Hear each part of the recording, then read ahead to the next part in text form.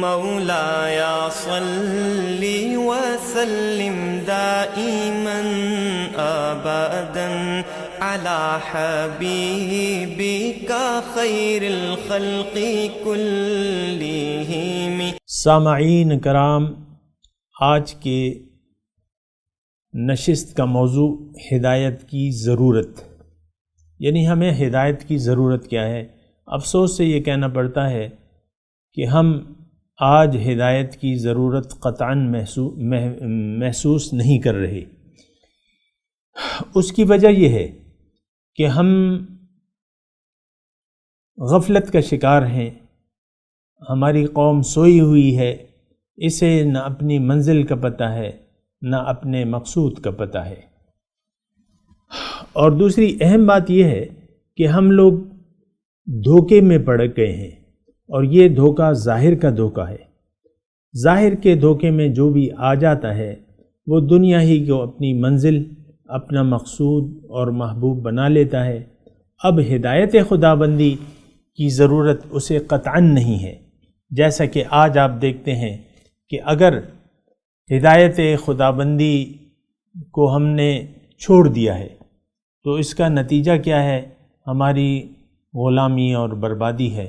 بہرحال ضرورت اس بات کی ہے کہ ہم اپنے آپ کو پہچانیں، اپنے مقصد زندگی کو پہچانیں، اپنے اللہ کو اپنی منزل بنا لیں، اللہ کو اپنا محبوب، مقصود اور محبوب بنا لیں، اور اللہ کے راستے پر جو کہ اس نے ہمیں بتایا ہے چلنے کا عہد کر لیں۔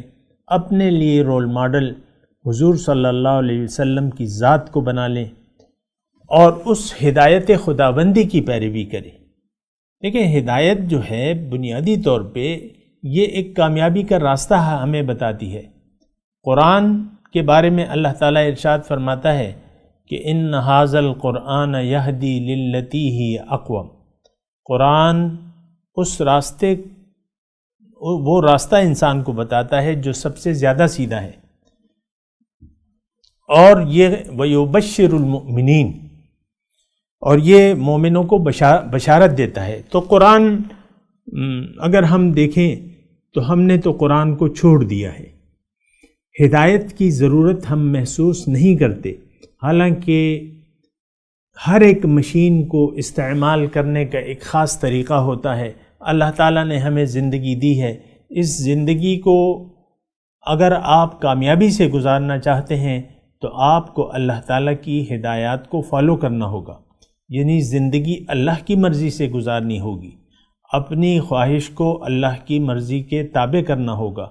اگر ہم ایسا نہ کر سکے اور ہم نہیں کر رہے تو پھر یہ ہے کہ ناکامی اور بربادی دنیا اور آخرت میں ہمارا مقدر ہوگی، اور ہم روز قیامت جو ہے بہت بڑے خسارے سے دوچار ہو جائیں گے۔ اور لہٰذا اپنے آپ کو پہچان کر، اپنے مقصود حقیقی کو پہچان کر، اس کو اپنی منزل بنا کر، اس کے بتائے ہوئے راستے پر چلنے کا عہد کر کے اپنی زندگی اسوہ رسول کے مطابق گزارنے کا عہد کر کے ہی ہم کامیابی کی منزلیں طے کر سکتے ہیں۔ اور ہدایت خداوندی سے اگر ہم نے استفادہ نہ کیا، زندگی اس کی مرضی سے نہ گزاری، بلکہ اپنی خواہشات نفس کے مطابق زندگی گزارتے رہے تو پھر ناکامی اور نامرادی ہمارا مقدر ہے۔ جیسا کہ آج کا مسلمان اپنے مقصود حیات کو بھول چکا ہے، اس کو نہ پہچانا ہے اس نے، اور نہ پہچاننے کی ضرورت محسوس کر رہا ہے۔ سب سے زیادہ ضرورت یہ ہے کہ ہم ظاہر کے دھوکے سے نکلیں۔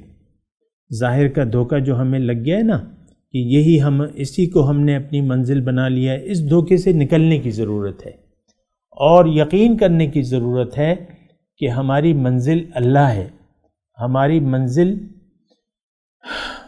اللہ کا قرب ہے، اللہ کی معرفت ہے، اللہ کی پہچان ہے، اللہ کا دیدار ہے۔ تو افسوس سے یہ کہنا پڑتا ہے کہ آج ہم اپنے آپ کو بھلا چکے ہیں اور اپنے اللہ کو بھی بھلا چکے ہیں، یعنی ہم اپنی حقیقت کو بھلا کے زندگی گزار رہے ہیں، تو یہ ایک بہت بڑے نقصان کا باعث بن سکتا ہے اور بن رہا ہے۔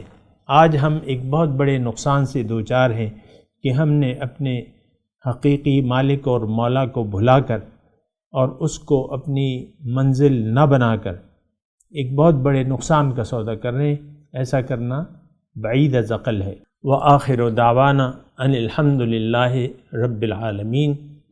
مولاي صل وسلم دائما أبدا على حبيبك خير الخلق كلهم